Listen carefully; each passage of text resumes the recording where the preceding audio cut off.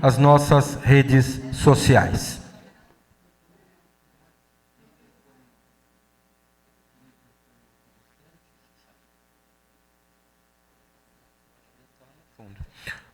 Nós precisamos só de mais... Tem? Ah, então tá. Então deixa eu só testá-lo. Ei, som, ok.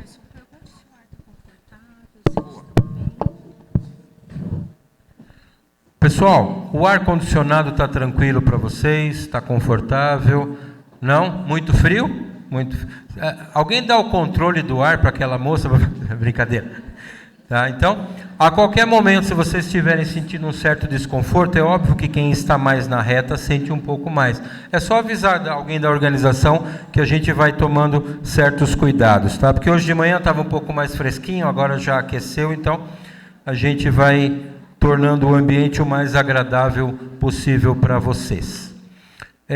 Nós teremos agora, então, a primeira palestra do período da tarde, e vamos receber com o carinho de todos o nosso próximo palestrante. Ele vem de Curitiba.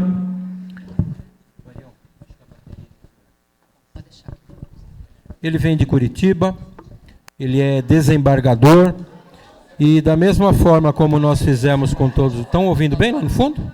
Está muito baixo. Da mesma forma que nós fizemos com todos na parte da manhã, nós estamos fazendo aquela descrição visual dos palestrantes. Bacelar, você não estava no período da manhã, nós estamos descrevendo os nossos parceiros todos aqui. E ao final da descrição, se você quiser fazer algum complemento, fique à vontade, tá? Então, o doutor desembargador Roberto Bacelar é um homem jovem. Você não estava aqui, então a minha referência sou eu. Então, todo mundo que é mais jovem que eu é jovem. E quem é da mesma idade também é jovem, porque senão eu diria que eu sou um velho. Então, eu também tenho que parametrizar aqui. Então, Bacelar é um homem jovem, cabelos grisalhos, não tem barba, usa óculos de uma armação metálica escura. Ele está com um terno azul médio, uma gravata em tom meio esverdeado, parece que combinamos, né? E ele vem trazer uma fala também, como todas as da parte da manhã, extremamente importante.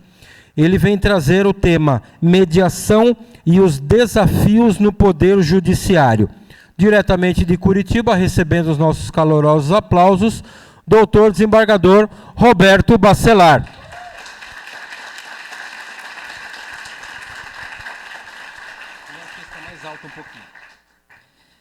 Boa tarde.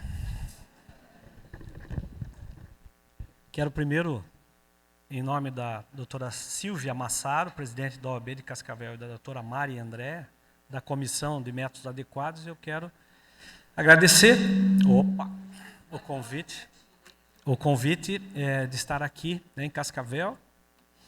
Eu tenho uma proximidade grande aqui com a região. Já fui juiz aqui em Catanduvas, até estava conversando com os meus amigos aqui sobre isso. Então, já há algum tempo eu tenho esse contato aqui com a região.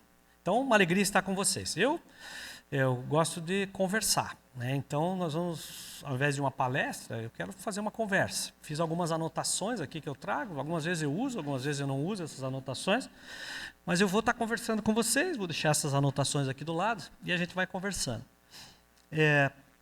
Eu costumo sempre dizer que é um desafio grande a evolução da mediação no Brasil. Ela começou e eu participei lá do começo. Quando eu comecei a falar sobre mediação, era a década de 80. Na faculdade eu tive um professor que falava sobre mediação.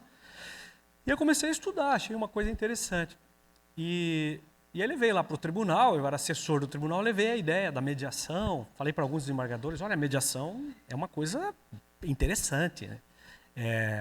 É uma forma de resolver conflito que diverge de todas as demais. Aí falando para um desembargador, aí o desembargador falou comigo, Bacelar, deixa esse negócio de sacerdote, essas coisas, deixa para os sacerdotes fazerem. Cuida lá dos processos. Aí fiquei pensando, eu falei, bom, então eu não vou poder falar mediação, né? Aí comecei a falar uma nova conciliação. Então, quando eu queria falar da mediação, eu falava, olha, tem uma nova conciliação que é mais sistêmica, ela é holística. Eu ia procurando palavra para dizer o que era essa nova conciliação. E aí pegou. Aí todo mundo, é uma nova conciliação. Isso, é uma nova conciliação. Foi o jeito que eu encontrei de trabalhar isso. E ajudei na implantação dos juizados especiais de pequenas causas no Brasil, era a década de 80, então a gente ajudou. E o juizado de pequenas causas foi o marco fundamental para que a mediação começasse a plantar os seus primeiros frutos aqui no Brasil. E eu estou falando da mediação porque a conciliação ela já é desde a Constituição do Império. Então a Constituição do Império já previa a conciliação e a arbitragem. Então a mediação mesmo começou as primeiras sementinhas da lei do juizado de pequenas causas. Década de 80, lei 7.244 é que implantou então o juizado de pequenas causas no Brasil. O que houve de diferente então em relação a essa implantação do juizado de pequenas causas? Ele tinha como carro-chefe a conciliação, e já tinha essa nova conciliação, que era essa concepção sistêmica que eu falo. Quando você fala em desafios do Poder Judiciário, que é o tema proposto, desafios do Poder Judiciário, eu fico pensando que existe um erro estrutural e que talvez a gente tenha que pensar junto e a nossa geração tenha que pensar um pouquinho sobre ele. Qual que é esse erro estrutural? A mediação, ela entra no Brasil, lá começa a produzir seus pequenos frutos com a visão sistêmica, holística no juizado de pequenas causas, porque já não era mais apenas a conciliação, ali começa a aparecer relações multiplexas, relações de vários vínculos, relações de vizinhança, de família, que precisavam ter uma estrutura interessante. Ela vai para o Código de Processo Civil como conciliação, e a conciliação como uma passagem. Então, por exemplo, lá atrás, no Código de 1973, Código de Processo Civil, vai lá dizer assim, o juiz, antes da instrução, tentará conciliar as partes. Depois vem uma inovação e diz, o juiz a qualquer tempo tentará conciliar as partes. Mas o que significava isso dentro desse contexto adversarial que nós vivemos? Um nada. Um nada. É como se você pegasse uma estrutura toda voltada para a resolução do conflito por meio da sentença e pusesse, eu costumo representar, imagina uma composição ferroviária, com vários vagões, todos eles heterocompositivos, todos eles impositivos, hierarquicamente estruturados para resolver e matar processos. E aí você diz assim, espera aí que eu vou pôr um vagão desses aqui, todos eu vou pôr um autocompositivo. E aí você tentava fazer com que aquele vagão mudasse a cultura. E ele não mudava. Aos advogados que atuaram, aos juízes que estão aqui, mais antigos vão lembrar, começava a audiência de conciliação e a gente começava a conversar. E as partes começavam a falar algumas coisas de maneira livre, como deve ser uma boa conversa para resolver conflitos.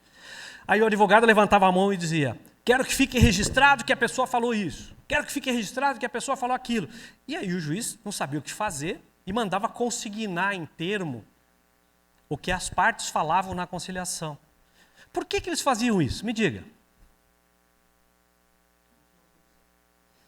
Primeiro, não tinha outra opção. Mas qual é o objetivo de registrar o que a parte falou? A questão era de que o sistema de solução heterocompositiva, métodos adversariais, o sistema é probatório.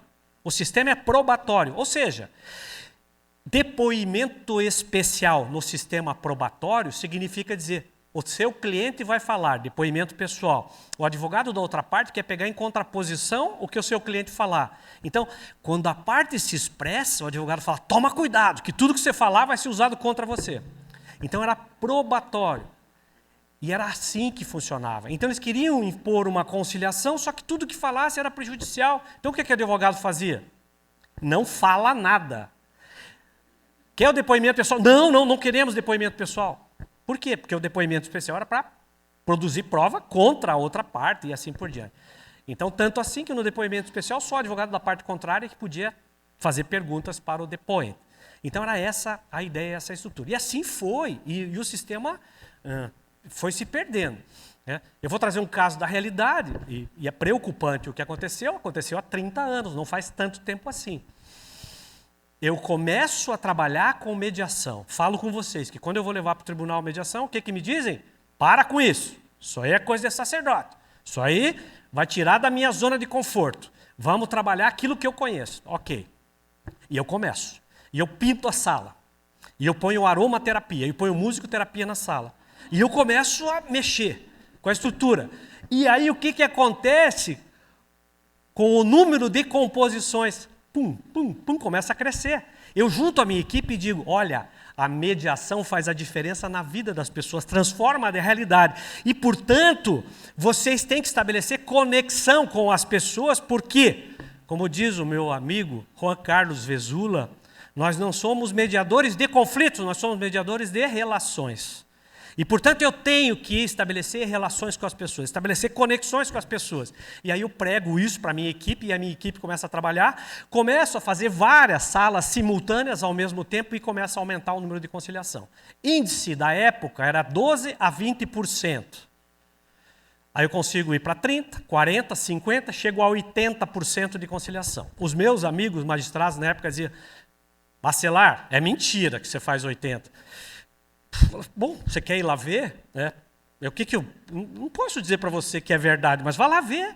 80%. O que aconteceu com 80% de acordo?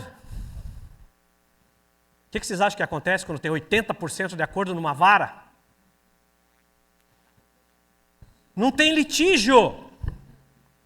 Não tem litígio. Sabe o que acontece quando não tem litígio? Eles te chamam no tribunal. O negócio é o seguinte, Bacelar, tua vara está com pouco processo, vamos redistribuir todos os processos porque você ficou com poucos, não é justo que as outras tenham mais. Aí eu falei, o quê? Vamos ter que redistribuir, está com muito pouco processo tua vara. Ah, tá bom. Aí, volta, eu recebo uma distribuição extra para poder compensar os acordos não realizados nas outras unidades. E aí o que eu faço de novo? Reúno a equipe, pessoal, vamos começar de novo. Deu certo uma vez, vai dar certo de novo, vamos lá. Conversar com as pessoas, estabelecer conexão, rapport, contato, relacionamento, quero saber a cor dos olhos das pessoas quando elas entram na sala de audiência. Todo mediador, todo conciliador quer saber a cor dos olhos das pessoas. Você tem que me dizer qual é a cor dos olhos das pessoas, que eu quero que a conexão seja estabelecida. E a conexão se estabelece. E aí o processo vai. Pá, diminui o número de processos de novo. Sou chamado novamente no tribunal. Agora para uma outra realidade, um pouquinho mais triste. Adivinha o que acontece quando você concilia muito e diminui demais o número de processos pela segunda vez? Bacelar, vão extinguir a tua secretaria. Você vai, porque não se justifica. Ela não tem processo suficiente para justificar. Aí eu vou explicar. Por favor, eu quero explicar. Existe um princípio unificador no direito brasileiro, que está na nossa Constituição da República, que é o princípio da pacificação.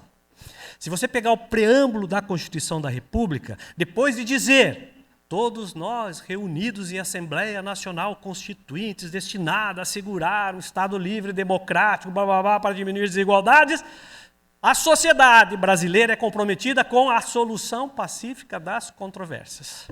Se eu for para o artigo 4º, inciso 6, lá eu vou encontrar o princípio da pacificação para as relações internacionais. Então, existe um princípio unificador, um propósito brasileiro que é solução pacífica das controvérsias, é a pacificação. Então, se eu estou alcançando a pacificação, essa é a finalidade do direito, como diria Norberto Bobbio. A única finalidade do direito, da justiça, da nossa existência como pessoas competentes para resolver conflitos é propósito, pacificação social. Explico isso lá no tribunal. E eu digo, olha, o propósito é a pacificação. É por isso que nós estamos aqui. Mas ainda assim não justifica a existência da sua vara. O sistema foi feito para ter litígios, para não funcionar. Quando ele não funciona, ele funciona. 30 anos. Mudou muita coisa? Ponto de interrogação. Claro que mudou muita coisa. Mas a situação ainda é complexa. Pierre Bourdieu fala do hábitos dentro de campos. E nós temos o campo jurídico, que é integrado por todos nós. Esse campo jurídico integrado por todos nós. Sistema de justiça integrado por todos nós. Que tem o hábito, hábitos, que ele fala, que é um pouquinho além de hábito, hábitos, Pierre Bourdieu, do litígio. Nós somos envolvidos por esse hábitos. Inconscientemente, todos nós somos envolvidos por esse hábito. Quando eu vejo um prego, eu martelo. Quando eu vejo uma causa, sentença nela.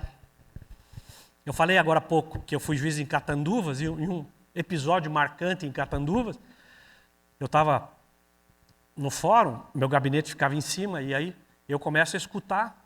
E eu estou lá sozinho no fórum, e começo a escutar. Quero falar com o juiz! Quero falar com o juiz! Mas gritando assim, voz de mulher. Eu desço rapidamente lá, olho, uma senhora puxando uma criança pelo cangote. Fala cangote aqui, né, também, né? Puxando a criança pelo cangote, puxava para cá e puxava para cá. Falei, senhora, o que está acontecendo? Quero falar com o juiz. Falei, eu sou o juiz. O senhor é o juiz? Toma, doutor, não dou conta do moleque. Juro para vocês que eu fiquei anos tentando entender aquilo assim. Filho não era meu, só para deixar claro. Vai que alguém pensa alguma besteira aí, né? Fiquei anos tentando entender essa questão cultural. É muito forte. Tudo procura o juiz, tudo procura o juiz, procura o juiz. Eu gosto muito de uma expressão de Kant, Immanuel Kant é super complexo, mas algumas vezes ele é simples, em alguns detalhes. Então ele fala sobre a minoridade das pessoas. É como se as pessoas tivessem de todo o tempo ser tuteladas. Lembra da emancipação do Han, que o Pedro vai falar? As pessoas o tempo todo precisam ser tuteladas. Alguém precisa decidir para elas as coisas. E aí, voltando para Kant, ele diz assim, precisa tirar as pessoas da sua minoridade. Daí alguém pergunta, Kant, mas o que é minoridade? Minoridade é a necessidade de emancipação. Fazer com que as pessoas assumam a sua condição de seres autônomos. Sim, Kant, mas o que é isso? E eles assim, fazer com que as pessoas possam servir-se do seu próprio entendimento sem a tutela de outra. Isso é emancipação. Isso é tirar as pessoas da sua minoridade. Isso é esclarecimento, diria ele. Então, esclarecimento é tirar as pessoas da sua minoridade. Fazer com que elas próprias possam servir-se do seu entendimento sem a tutela de outra. Aí voltamos para a realidade do Brasil. Qual que é a realidade do Brasil? Onde que estão as pessoas que servem-se do seu próprio entendimento? Nem mesmo quando nós lemos notícias, quando nós escutamos a rádio, quando nós conversamos com as pessoas, nós fazemos isso. E eu me incluo aqui. Então há necessidade agora de ficarmos atentos aí. Primeiro, numa questão pessoal, combatermos a normose.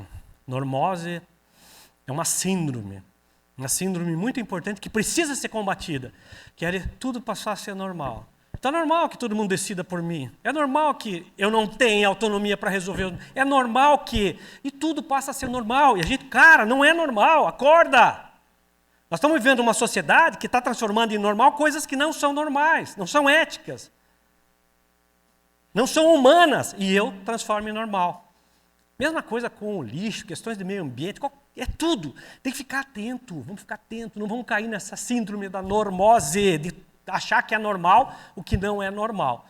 Esses dias eu viajei para o Nordeste, e aí nós fomos comer um sorvete, estava ali na divisa de Alagoas com Pernambuco, São Miguel dos Milagres, Carneiros ali e tal, e a gente vai comer um sorvete. Aí fomos lá chupamos sorvete, estava eu, meus primos e tal. Saímos da sorveteria e não tinha lugar para jogar o lixo. E aí eu peguei o meu papelzinho e não achava lugar. A minha prima não achava lugar, meu primo, minha mulher, ninguém achava lugar para jogar papel. Daqui a pouco a gente passa por um canto assim, aí todo mundo começou a jogar ali naquele canto da rua o lixo. E eu via que cada um que tomava sorvete ia lá e tchum. Ali não é lixeiro. E as pessoas iam lá e jogavam ali. Eu falei, não, para, não vamos jogar. Pega papel de todo mundo, me dá aqui. Nada de jogar. Vamos lá, vamos achar o lixeiro. Aí fomos, andamos 4 quadras, achei um lixeiro, fui lá e joguei. Sabe o que a normose determinaria? Todo mundo está jogando ali, vou jogar ali, por quê? Alguém vai ter que recolher esse lixo, já vai ter que recolher. Tá certo isso? Ponto de interrogação. Não está. Vamos ficar atento, isso está acontecendo. Nós somos envolvidos, portanto, por essa ideia de que o conflito, o litígio é normal. Eu estou trabalhando até com novas expressões, porque eu acho que quando a gente entra na complexidade das relações humanas, tem que ter parcelas de palavras a mais para você poder definir. Algumas vezes precisa hifenizar algumas palavras, para você poder definir coisas que você quer falar e não consegue falar porque o vocabulário não é suficiente. Eu estou trabalhando com a ideia de provenção. Provenção de litígios.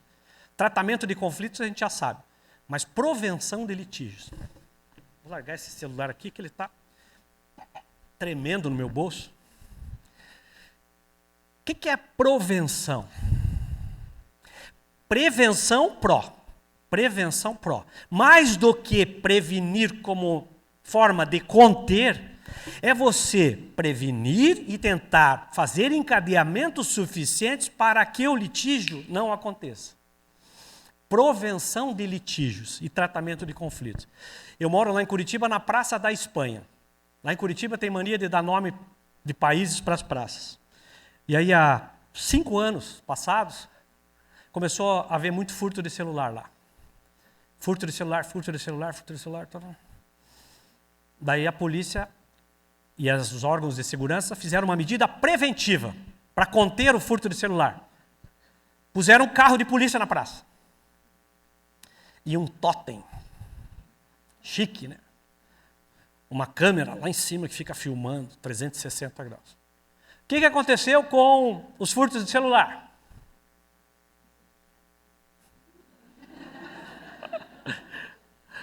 Para os moradores da Praça da Espanha, como eu, ficamos felizes. Diminuíram os furtos de celular na Praça da Espanha. Oh, esse governo é maravilhoso. Nossa, os órgãos de segurança resolveram o meu problema.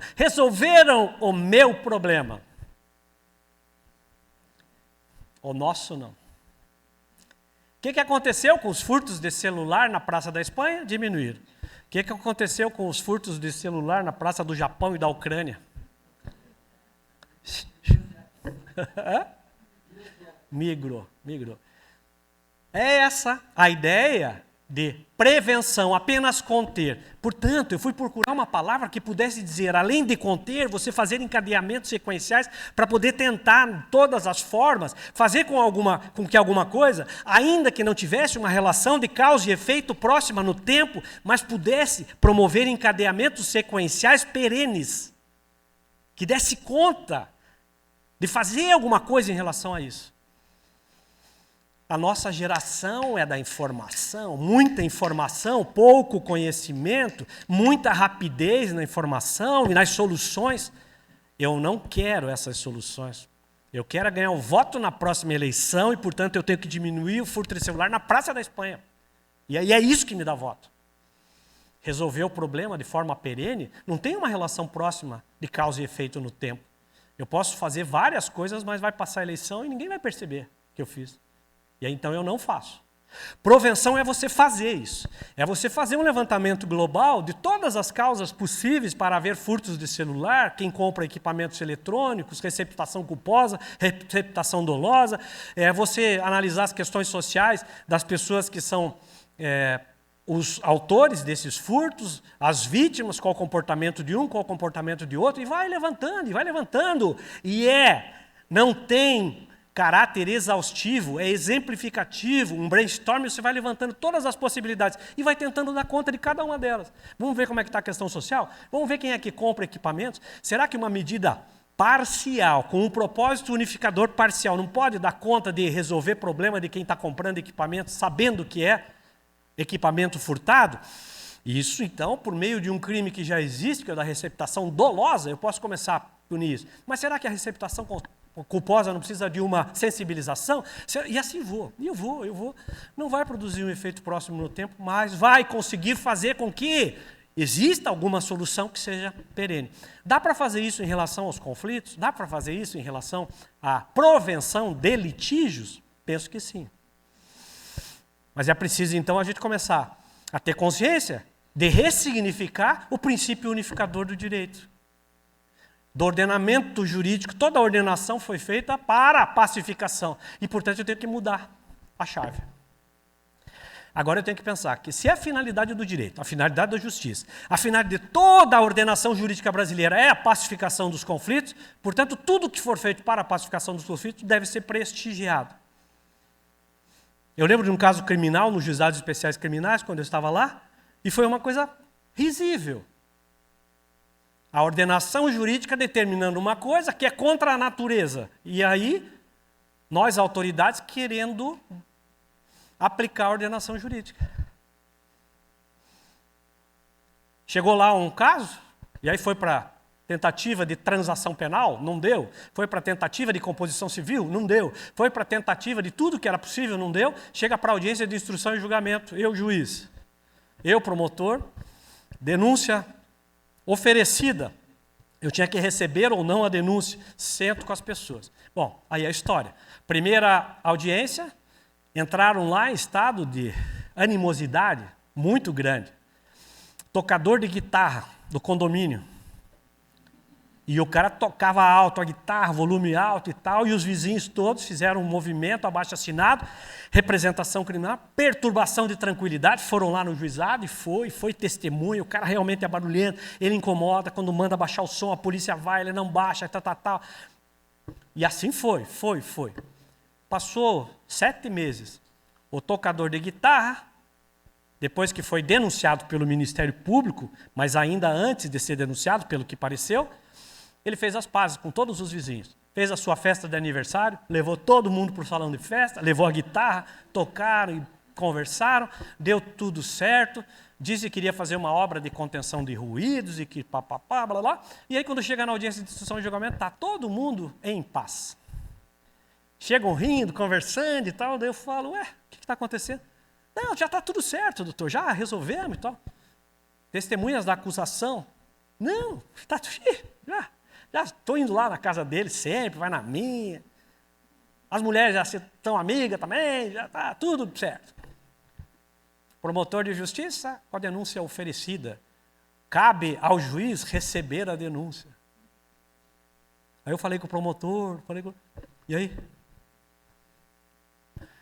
Promotor, a ação civil é pública incondicionada. E aí?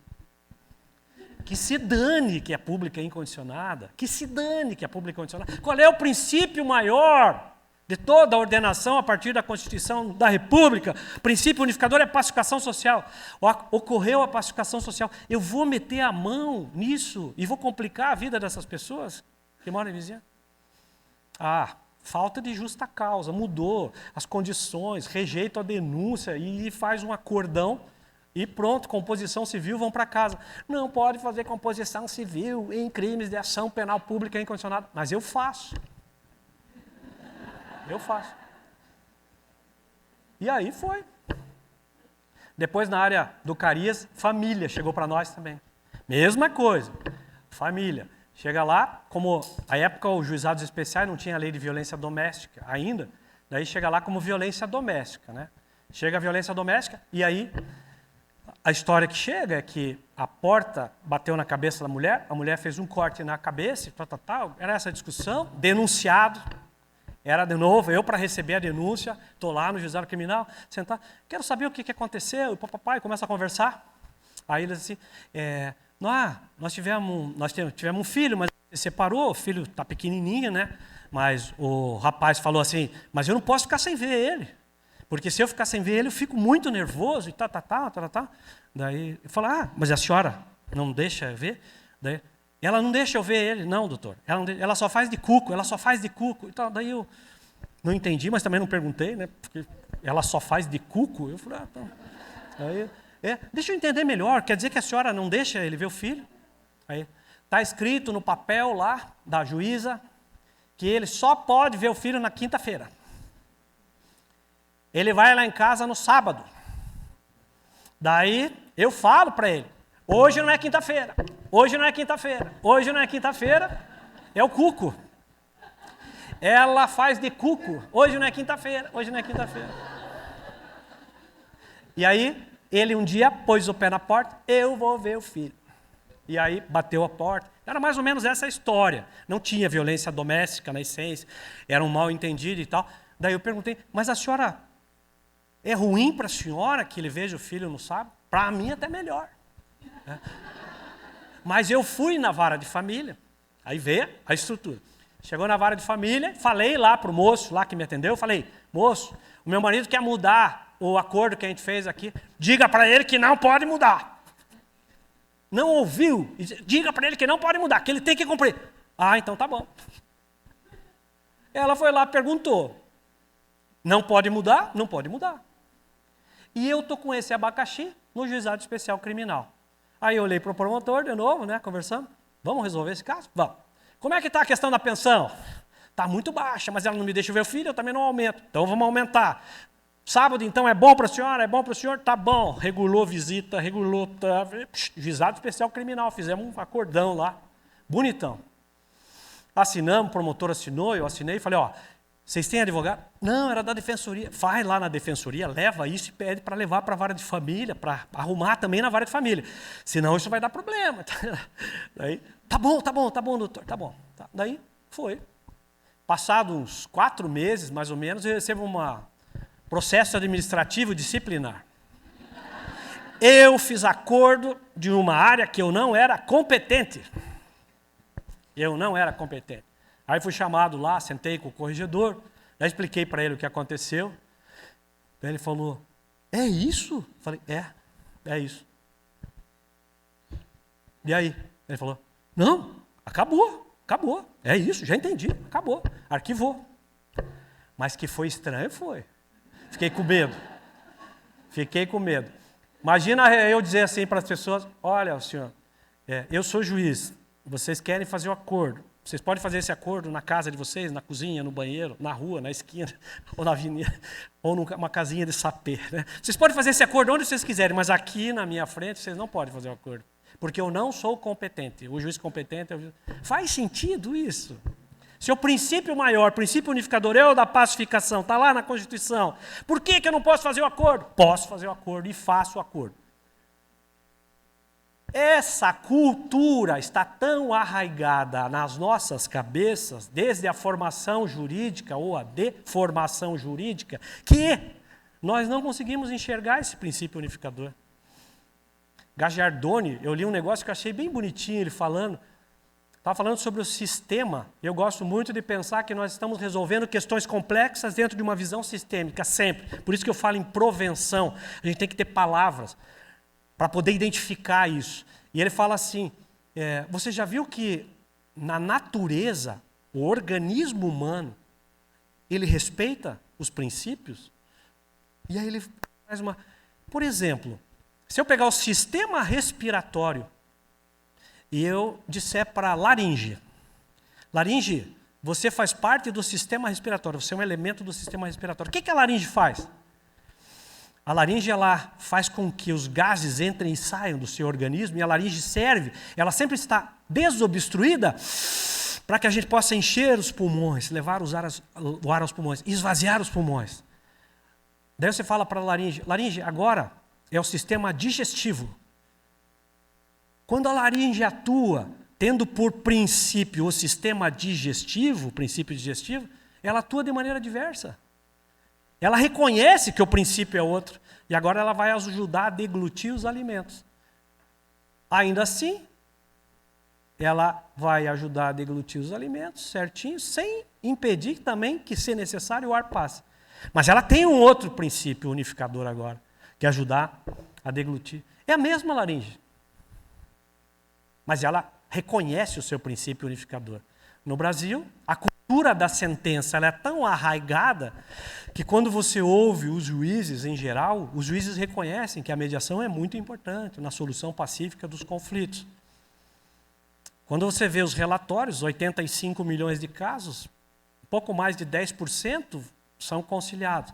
Deus pergunta, mas por quê? Será que todos aqueles 85% dos casos tinham que ser resolvidos por sentença? Ponto de interrogação. Vocês acham? Que todos esses 80%, só 12% tinha...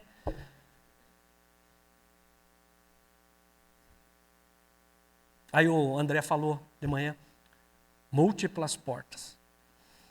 Está na hora de estimular as múltiplas portas. Soluções alternativas de conflitos têm que ser colocadas ao lado da solução tradicional do conflito, que é a sentença, que é a prioritária para o sistema, mas não é a mais adequada para as partes. Por isso que se fala em soluções adequadas.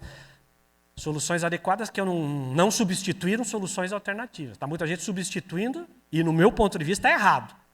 Está totalmente errado. Eu vejo lá no STJ algumas vezes as discussões lá e eles substituíram. Não, agora não se fala mais métodos alternativos, agora são métodos adequados. Da onde? Quem que inventou isso? Não, agora é sim, inclusive lá nos Estados Unidos, agora é sim.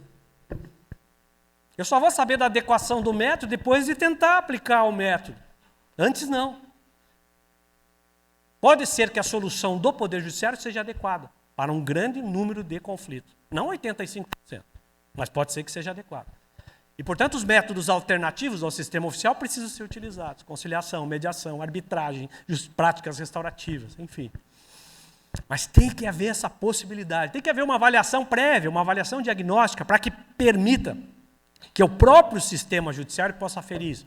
Alguém já me perguntou, mas isso não devia estar no judiciário. Concordo. Tinha que estar fora do judiciário, tudo isso. Não tinha que estar no judiciário. O judiciário é poder de julgar. Isso que dá nome ao poder judiciário. Poder de julgar. Poder de julgar, poder judiciário. É para isso que serve o poder judiciário. Fale para aquela mulher de Catanduvas isso. Diga para ela, vá procurar uma câmara privada. Vá lá procurar um mediador privado para resolver seu conflito. Dentro do imaginário popular, da cultura popular, o sistema judiciário. Então, o Brasil está fazendo alguma coisa que é possível. Se todos os conflitos chegam no judiciário, o judiciário tem que ser aquela porta aberta para poder redistribuir, fazer uma variância, jogar para outros lados, mas não de qualquer jeito, de forma adequada. Por isso fala em soluções adequadas. Relações de família, relações de vários vínculos, relações complexas. Não adianta querer que o judiciário resolva. Se eu tivesse aquele iluminadorzinho laser aqui, tem?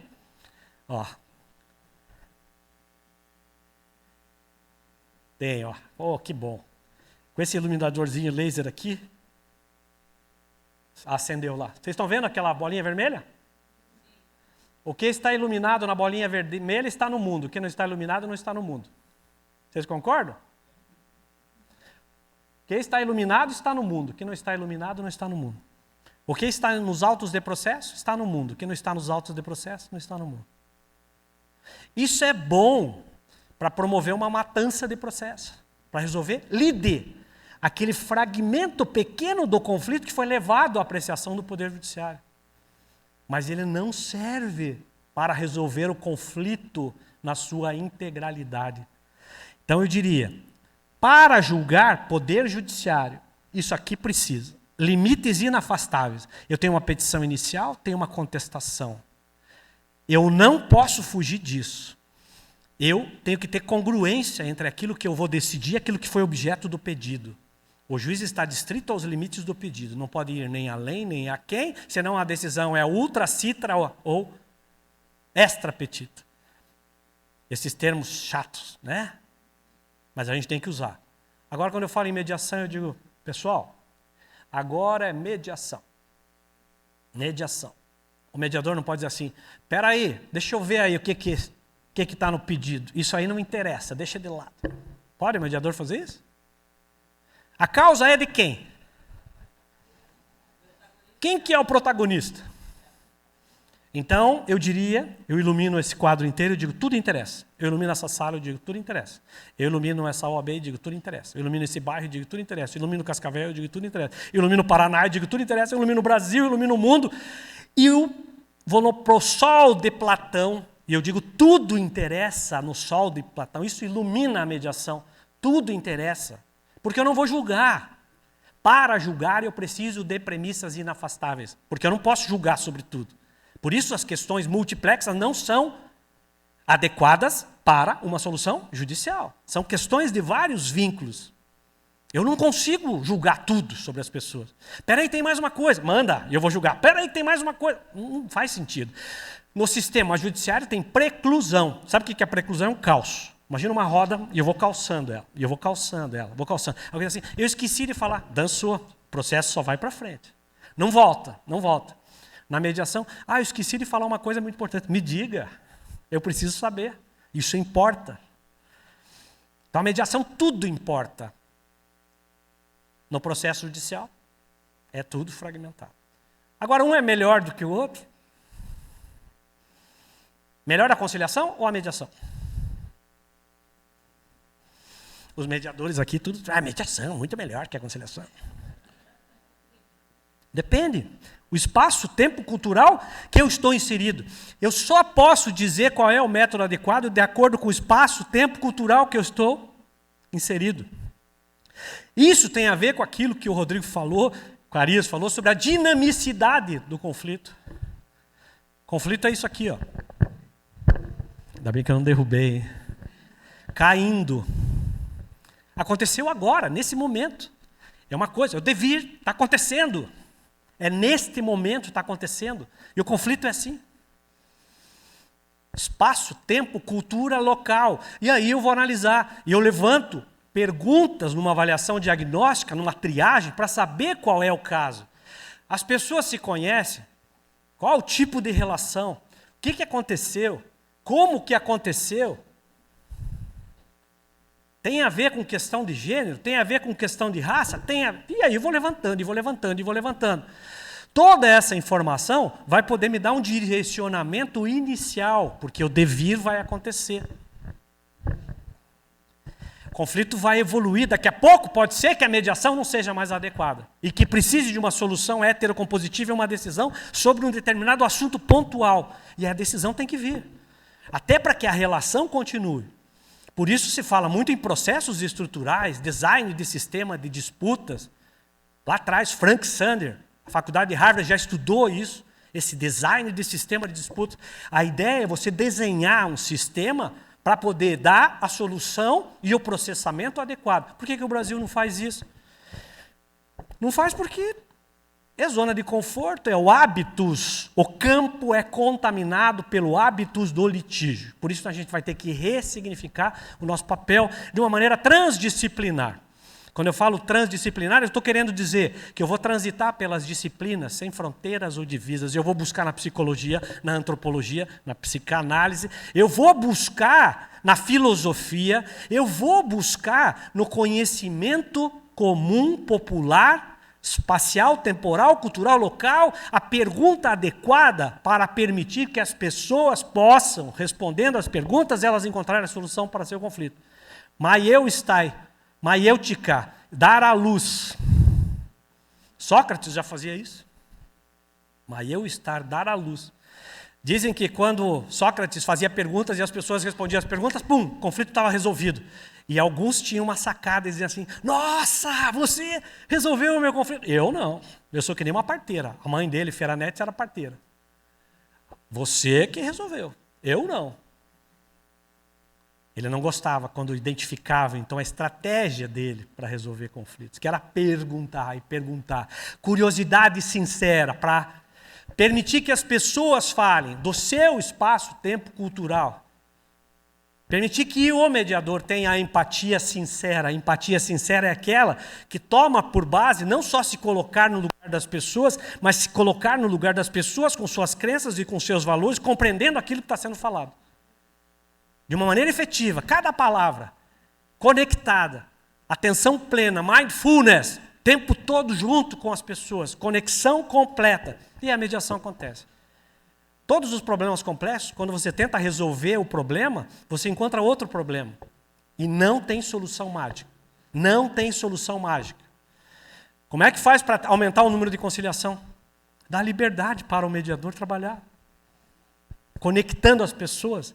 Para de dizer para ele que ele tem 15 minutos, meia hora, 20 minutos, deixa ele trabalhar. Ah, mas o sistema judiciário não permite.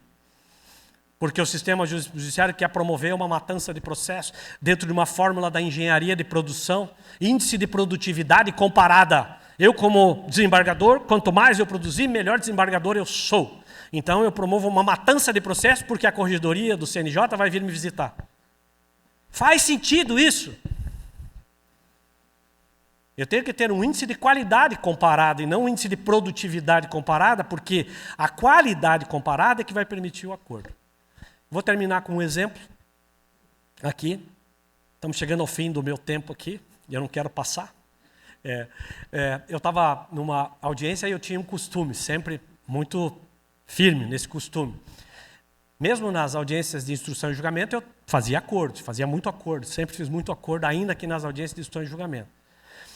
E aí, eu só fazia o acordo quando as pessoas tinham que dizer para mim, é isso que eu quero. É isso que a senhora quer? Sim, é isso que eu quero. Então, se você não disser isso, eu... E aí eu terminei um acordo, demorou a conversa, mas deu acordo. Daí eu falei para a senhora, então, é isso que a senhora quer? Conciliação é isso mesmo, né? A gente perde um pouco, outro perde outro pouco, né? Eu falei, olha, então, não tem acordo, vamos para a instrução e julgamento. A senhora trouxe suas testemunhas e tal, deu advogado, uma questão de ordem, doutor.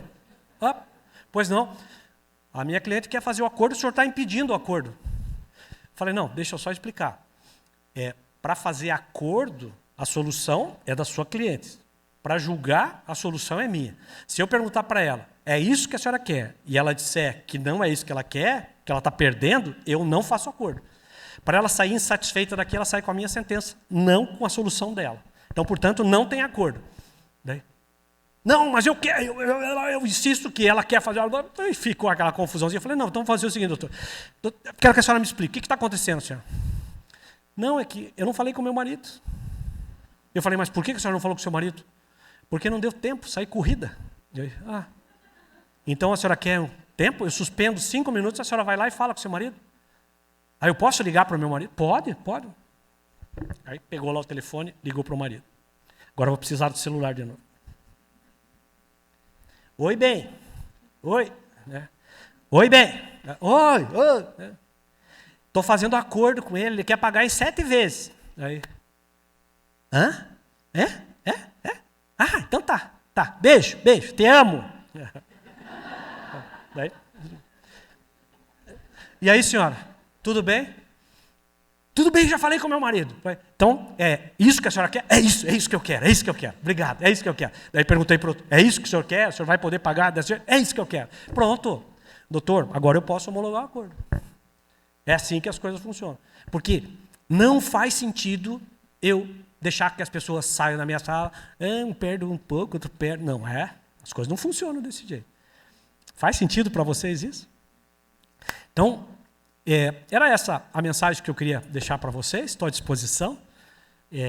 E uma alegria, novamente, estar aqui com todos vocês.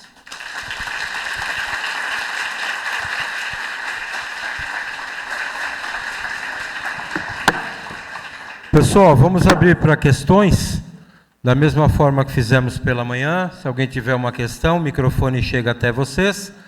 Você se identifica, seu nome, qual é a sua atividade em relação ao nosso tema e uma breve descrição física também. Bacelar está à disposição. Vamos fazer 2 perguntas. Alguém pergunta?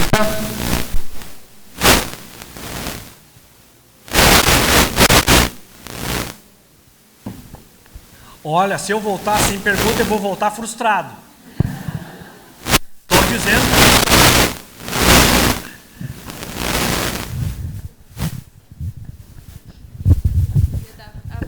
Eu ia dar a oportunidade para Ana, se você puder ficar em pé, para todo mundo te ver, por favor. Se você quiser se descrever, eu posso fazer também. A minha pergunta é... Só fala seu nome, qual é a sua posição dentro do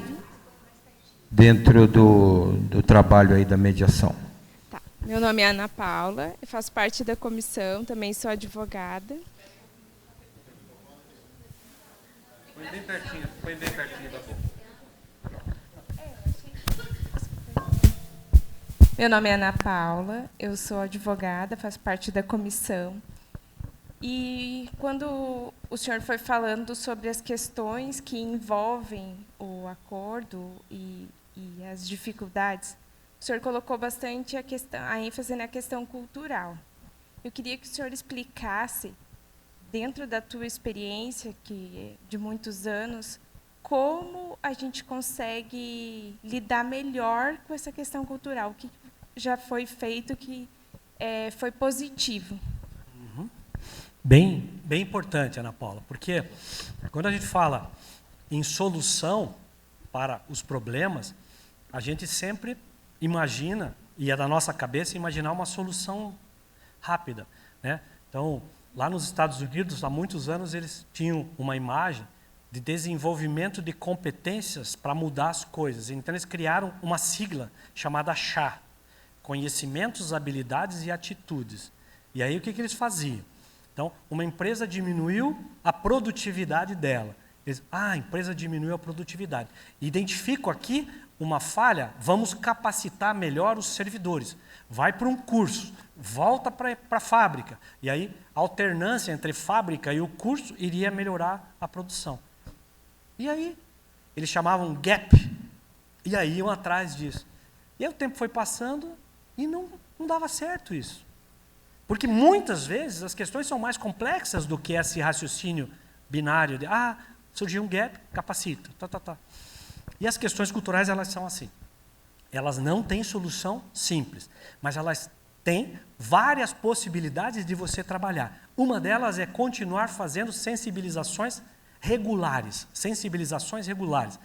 tanto nas universidades, que podem ter cursos obrigatórios, cadeiras obrigatórias de solução consensual, quanto a própria OAB ter cursos regulares de sensibilização para os advogados, mostrando que os advogados podem receber tanto ou mais se trabalharem bem os métodos consensuais. Agora, o sistema não ajuda. Veja, o campo judiciário e os hábitos do campo não colaboram para essa questão cultural de avanço, de transformação da cultura do litígio para a cultura da pacificação. Pelos próprios nomes, a própria estrutura dos tribunais, a barra dos tribunais, o nome daquilo que remunera os advogados é sucumbência. Sucumbência. Eu recebo quando eu faço com que o outro sucumba. Pensem sobre a importância dessa palavra na manutenção da cultura do litígio. Então você vai dizer para o advogado, não, vamos fazer um acordo. Espera aí, eu tenho um contrato de sucumbência. Eu vou ganhar se eu fizer o outro sucumbir. Eu quero fazer acordo? Não, eu não vou fazer acordo. A sensibilização passa por fazer bons contratos, desde o início fazendo previsão que pode sim receber pela sucumbência, honorários de sucumbência, mas que também merece talvez tão mais honorários se conseguir uma solução célere e que resolva o conflito na sua integralidade por meio de uma composição. É cultural, mas é possível ir alterando gradativamente isso. Todos os elementos do campo, os agentes do campo, aqueles que agem no campo, têm que ser transformados. Não adianta só o advogado fazer isso e o juiz não adianta só o juiz fazer e o advogado não fazer. Não adianta. Então, na verdade, a questão é complexa. Todos os elementos, todos os agentes têm que ser sensibilizados o tempo todo. Os juízes estão sendo sensibilizados. Hoje o Carias está lá numa função muito importante, que é a coordenação de todo o sistema de juizados e da solução consensual. Essa coordenação com sensibilizações periódicas, eu lá na direção da escola judicial, ajudando na manutenção e reprodução de cursos regulares, fazer parceria com a OAB, falei, Dani, cadê a Dani? Estava aí. Oi, Dani, vamos fazer uma parceria, fazer juntos isso, para que cada um possa ter a visão do outro. Agora nós vamos inaugurar rodas de conversa. Rodas de conversa significa falar sobre assuntos proibidos entre advogado, juiz, promotor, assuntos proibidos que nós não falamos. Ficam conversas de corredor, que não resolvem nada, só animam uma desinteligência que fica o tempo todo nos incomodando e prejudicando a nossa relação. A gente vai ter a primeira roda de conversa com o Cássio Telles, agora que foi presidente da OAB, a gente vai sentar, vai ter a procuradora de justiça, Sâmia Galotes, e a gente vai conversar e vai falar sobre isso. É importante, então, para mudar a cultura, não vai acontecer no estalar de dedos, mas são vários passos gradativos que têm sido feitos para isso. Volto a falar, provenção, que é você fazer encadeamentos para que alguma coisa possa modificar, mas não produz resultado com causa e efeito próximo no tempo. Isso é um trabalho de formiguinha, trabalho de plantar um pinheiro, embora você saiba que não vai comer os pinhões daquele pinheiro. Legal? Gente, mais alguma questão? Temos um tempo ainda. Lá. Você leva?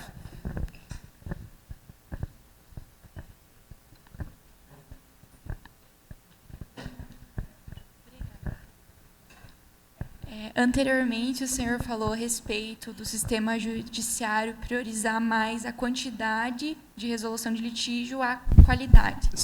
E me veio uma dúvida em relação a isso, porque o senhor falou que há necessidade de mudar esse sistema. Só que a minha percepção é que é um sistema tão enrustido e tão, digamos, compactado. Eu queria saber como que a gente pode começar a alterar isso e mudar. Você vai ver, por exemplo, que tem macro desafios que o Conselho Nacional de Justiça estabelece, né? Entre os macro desafios, a gente sempre vai encontrar um componente da pacificação social. Então, formalmente, esse componente vai estar presente. Então, você vai ver os ministros do Supremo Tribunal Federal, os ministros do Superior Tribunal de Justiça, quando eles tomam posse, eles falam sempre do princípio da pacificação. Então, porque é um discurso bom. É um discurso bom, está na Constituição. Esse é um discurso bom.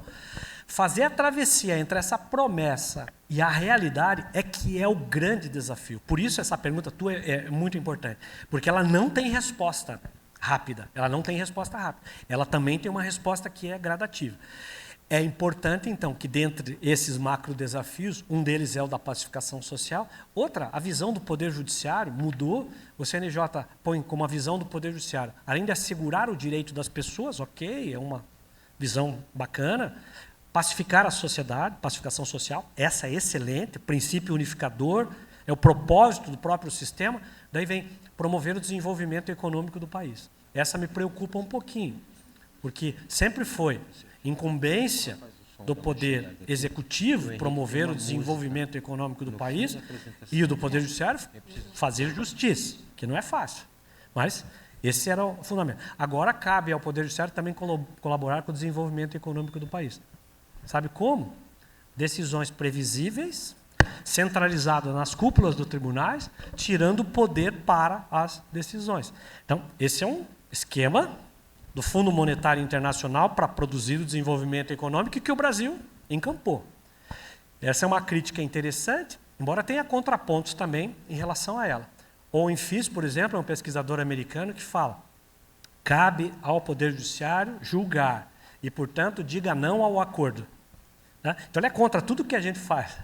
Diga não ao acordo. É um contraponto importante, que a gente tem que estudar também, para a gente poder entender. Então, o Fundo Monetário Internacional, quando veio recomendar medidas estruturantes para o Brasil, fez medidas estruturantes para promover o desenvolvimento econômico do país e atender ao mercado. Globalização, sistema capitalista e assim por diante. E nós entramos nessa, nós estamos nessa. Agora, como é que eu faço para poder dar passos necessários a encontrar a justiça nas decisões, o estímulo à solução pacífica das controvérsias fora do sistema judiciário, quando todo ele foi feito para centralizar poder, para poder preparar uma jurisprudência estável, íntegra e coerente com os interesses econômicos. Estável, íntegra e coerente, centralizada nos tribunais, para que nenhum juiz possa contrariar essa ideia. Não é fácil, mas a pergunta é muito importante. Então é passo por passo. Talvez combatendo a normose. Todos nós aqui, síndrome da normose. Fica atento. Não deixa passar alguma coisa que esteja errada, que tenha um desvio ético, que não seja a favor da ideia da humanidade. O maior desafio do ser humano é ser humano. Né? Então, isso o tempo todo tem que estar na nossa cabeça. Se tem alguma coisa que está desvirtuando em relação a questões éticas, a questões humanas, tenho que denunciar. ainda que eu fique sozinho naquele momento. Não é fácil, mas é possível a gente ficar atento. Ligar o nosso radar e a todo tempo ficar tentando policiar isso. Eu até quero dizer assim, eu falo, mas muitas vezes eu não consigo fazer. Então, por isso que eu falei que é complexo. Então, eu estou lá, por exemplo, nos conselhos da Comitê Gestor da Conciliação. Eu faço parte do Comitê Gestor da Mediação, tá? Lá no CNJ. Né? Daí eu estou lá ajudando. Quando eu vejo que tem alguma coisa lá, eu levanto, eu falo. Comitê Gestor da Justiça Restaurativa. Eu faço parte lá do comitê. Agora tem o Exame Nacional da Magistratura. É o ENAM, esse exame para toda a magistratura. Faço parte da comissão acadêmica. Né? Por que eu estou falando tudo isso? Porque de vez em quando eu vou lá e eu falo. E eu digo, não, isso aqui está errado, pá, pá, pá, pá. Daí eu fico esperando a resposta. Daí eu vejo que não tem nenhum, assim, nenhum. Uma carinha, assim, um aplauso. E eu fico esperando que alguém se manifeste. De vez em quando, opa, não está no momento de eu. Se eu continuar insistindo em combater a normose, está se tornando normal uma coisa que, ao meu sentir, não está sendo normal. Eu tenho que combater isso. Se eu continuar insistindo nisso, e eu vou continuar insistindo, sabe o que vai acontecer? Eu sou chato. Algumas vezes eles põem algumas doenças ali também. Esquizofrênico, eles inventam umas doenças ali para me taxar. E eu sou afastado. O que eu faço, então? Qual que é? O que eu posso fazer em relação a isso? Eu fico esperando. De vez em quando aparece um positivinho. Opa, vou lá falar com essa pessoa. A minha compreensão sobre esse caso foi essa. Acho que dá para a gente avançar por esse caminho. Pum. Mesma coisa com aquele desembargador que disse que mediação era coisa de sacerdote. Né? Se eu começar a brigar com ele, sacerdote, você está totalmente equivocado. O que você está pensando? Aí você tem que ser hipócrita, estratégico. Aquele que diz assim, eu compreendo. Desembargador. É chato, mas é um jeito de você poder trabalhar passo a passo, com encadeamentos sequenciais. Respira fundo, mantenha paciência, como a gente tem que ter tolerância para essas coisas, mas fica atento, não deixa ser engambelado. Né? Trabalho com crianças, só para finalizar, e a gente fala assim, enganei um bobo na casca do ovo. E eles repetem, né? Enganei um bobo. A gente tem um projeto de cidadania e justiça com as crianças, então a gente brinca com isso. Por que enganei um bobo na casca do ovo? Todo mundo sabe, mas por que isso? Por quê? Porque é fácil enganar o bobo na casca do ovo quando a gente não tem a sacada aí de combater a normose. Porque daí, enganei um bobo na casca do ovo, ele acabou de nascer, tadinho, não sabe nada, não tem poder de refletir. Enganei um bobo na casca, ele acabou de sair do ovo, ele não sabe nada. Ele não tem consciência e, portanto, eu posso enganar esse bobo. Né? Nós não podemos ser esse bobinho da casca do ovo. Obrigado pela pergunta. Gostei. Pessoal, nós temos tempo para uma última questão. Alguém? Por favor, temos lá. Você leva lá, Márcia. Só pedindo, por favor, para que vocês também se identifiquem, tá? Diga o seu nome e qual que é a sua atividade em relação ao trabalho que temos aqui.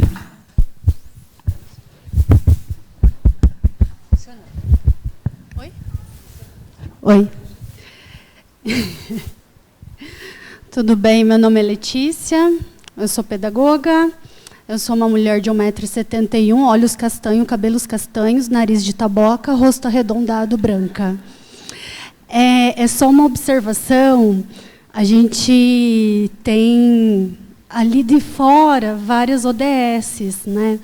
E você falando da normalização, né, das coisas. E a gente tem aqui o Cris, que é facilitador, que é da engenharia biológica, né, das biológicas. A gente está aqui uns bicho grilo, tudo de fora, né? A gente fica pesquisando quando vocês falam alguma coisa diferente. Mas assim, eu acho que a questão da normalização, ela começa quando a gente não traz o nosso copo de casa. E assim, quase todo mundo tem um copinho.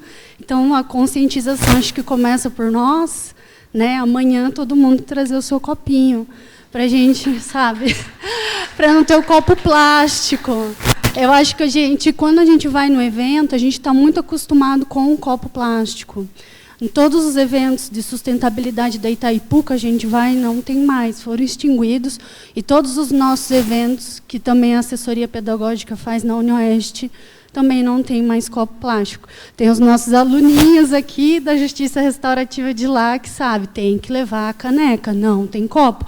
Ou os copos coletivos, né? Então, era só isso, sobre essa questão da normalização. É isso. E foi bom que você falou, porque, assim, o que isso indica? Que a gente tem que ficar atento. Se a gente puder falar as coisas, principalmente num ambiente seguro, como você falou aqui agora, você deu a sua opinião, né? Traz uma mensagem positiva, relativa à ideia de que a gente precisa realmente pensar no nosso meio ambiente, né? Diminuir o lixo, sustentabilidade. Pô, faz a tua mensagem. Algumas vezes o ambiente é hostil para você poder falar isso. Daí tem uma forma de fazer isso também.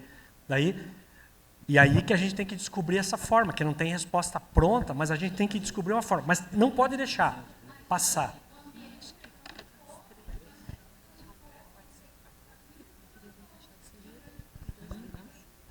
Você faz o sorteio? É isso. Agora, se a gente traz uma questão ambiental, a gente vai ver que tem uma polarização muito grande em relação a todas essas questões, né? Algumas vezes você vai num ambiente e você fala alguma coisa disso, eles já polarizam achando assim, essa aí deve ser do partido tal. E, na verdade, você é um ser humano que quer o melhor para o teu planeta, né? E você fala algumas coisas, eles querem te taxar. Por isso que eu falei, algumas vezes eles inventam uma doença, inventam que você é um chato, você é intolerante, que você é radical, que você... E inventam, né? Mas eu acho que correr o risco de ser chamado assim, acho que algumas vezes vale a pena para combater a normose. Não deixar que isso se prolifere, que as coisas vão ficando tudo normal e daqui a pouco a gente está vendo bullying, está vendo não sei o quê, e daqui a pouco virou normal, né? Qualquer ambiente. Então, obrigado, muito bom. E é isso, tem que fazer a travessia entre a promessa e a realidade. Não adianta falar em sustentabilidade e não fazer nada, né? Bem legal, obrigado. Muito bem. Bacelar, eu vou te explorar um pouquinho. Nós fizemos isso pela manhã. Nós temos uma série de sorteios sendo feitos aqui com alguns brindes de patrocinadores, inclusive temos alguns livros também.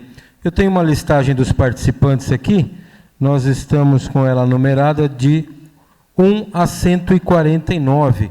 Eu vou te pedir para você me falar 3 números, um por vez, para nós fazermos o sorteio e a Márcia vai nos ajudar aqui com a entrega da premiação. Número 5. Número 5. Alessandra Machado de Oliveira Ferrari. Pula? Tá louco, Alessandra. Ressorteia?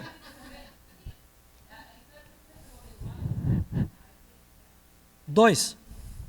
Número 2. Adriana Alves. Escolhe alguém que 9. pode. 9. Alana Natiele Sotel. Está presente? Alana, ufa!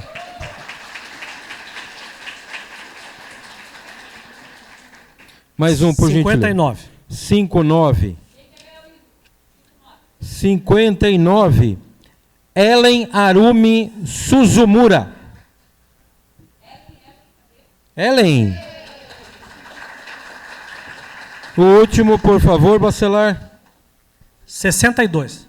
62. Ivone Elias. Oi, Ivone, que beleza. Obrigado, Bacelar, pela gentileza, pela ajuda. Okay. E agora nós temos a nossa forma de agradecimento especial ao Bacelar. Você também vai receber um presente da organização e o seu certificado de palestrante. Parabéns pela sua palestra.